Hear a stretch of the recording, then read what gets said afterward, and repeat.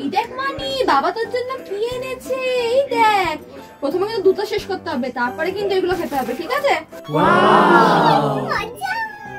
আচ্ছা, মা তো চায়ের সাথে বিস্কিট ভিজিয়ে দেয়, আমিও তাই দুটো একসাথে খাবো।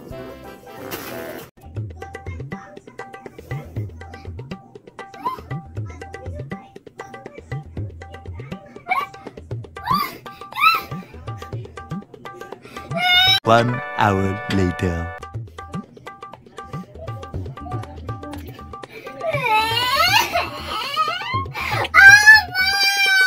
কি রে মানি, কি হয়েছে?